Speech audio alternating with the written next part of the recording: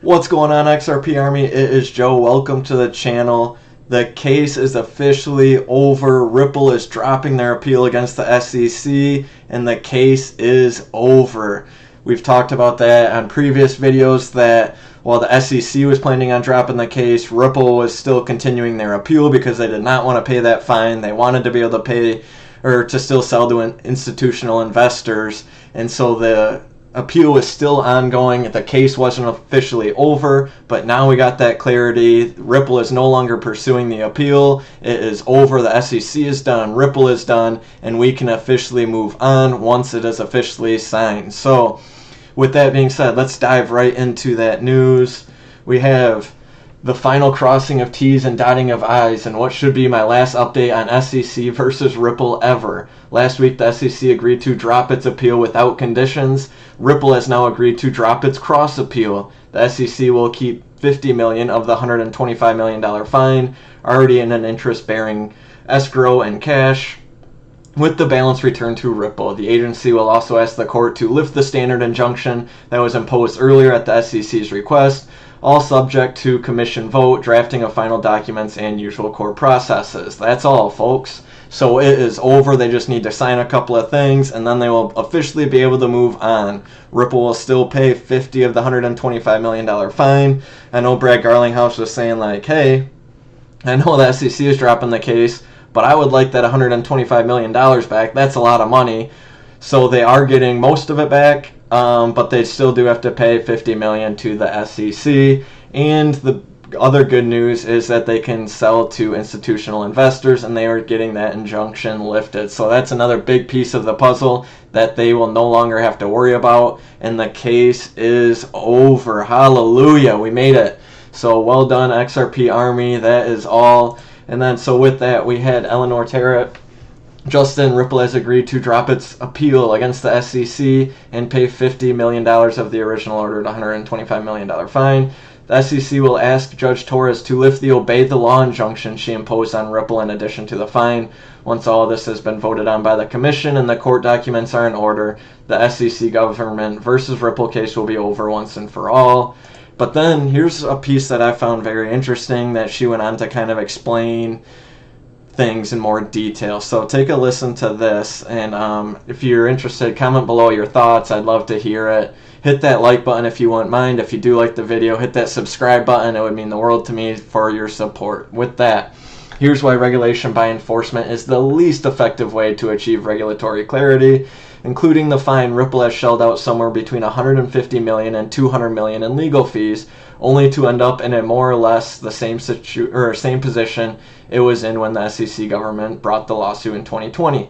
The SEC also presumably spent quite a few taxpayer dollars on its own legal fees. In the process, XRP holders were negatively affected when exchanges delisted the token, causing their holdings to decrease in value. Other crypto projects were hesitant to build in the US for fear of getting sued.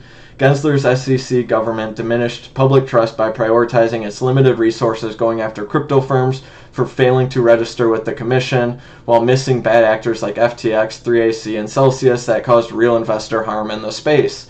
The silver lining for Ripple here is that it gets to pay a smaller fine than it otherwise would have, likely walk away without an ongoing injunction, and take credit for helping to get legal clarity for the programmatic secondary market sales of XRP, a ruling that's now unchallenged. So all this to say is that we went through a lot to basically get in the same spot as we were back then. So Ripple XRP took on a lot for the industry. It took on a lot for all these other coins, and they suffered all the consequences during those 4 years, but now they are able to overcome it.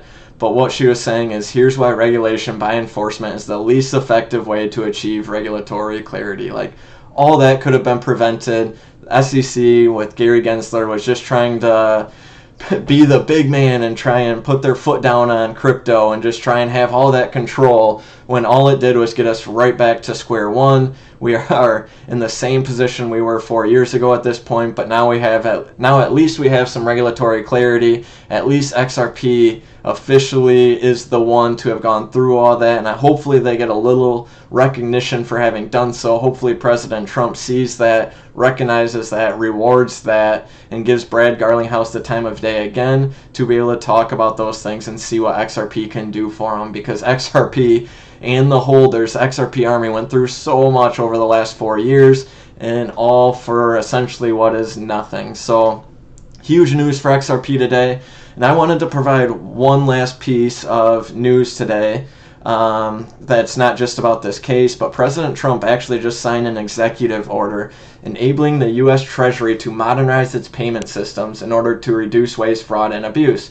It gets rid of the 47 independent payment systems and centralizes, makes use of the do not pay list of fraudulent entities mandatory, shares data within government for fraud detection, checks that funds are available and budget before paying.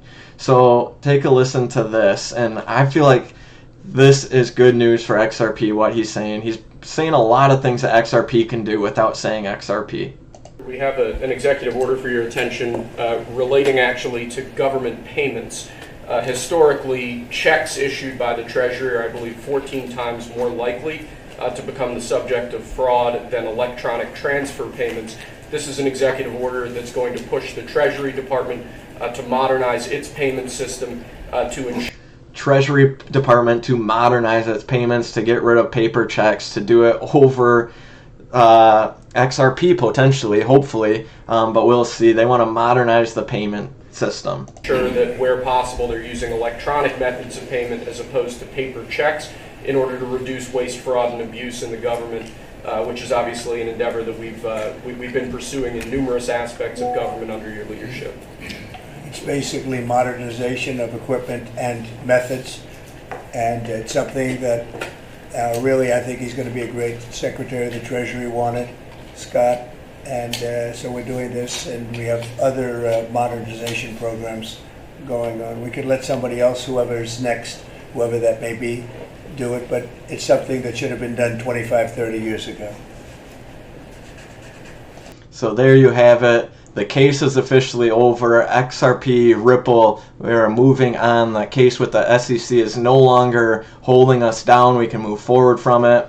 We got the fine reduced. We can sell to institutional investors. We have Donald Trump signing a new executive order today that I feel like has a little something to do with XRP and could allow that utility that XRP provides to thrive. So overall, great day for XRP. We aren't seeing that in the market. It was kind of already priced in, but again, it's just a sign that we are one step closer to having that utility, to having that widespread adoption for XRP, and I am super incredibly bullish about it. So wanted to bring you guys that breaking news, let you guys know. Feel free to hit that like button if you like the content, if you are happy about the news. Comment below, hit that subscribe, and I will talk to you guys in the next one.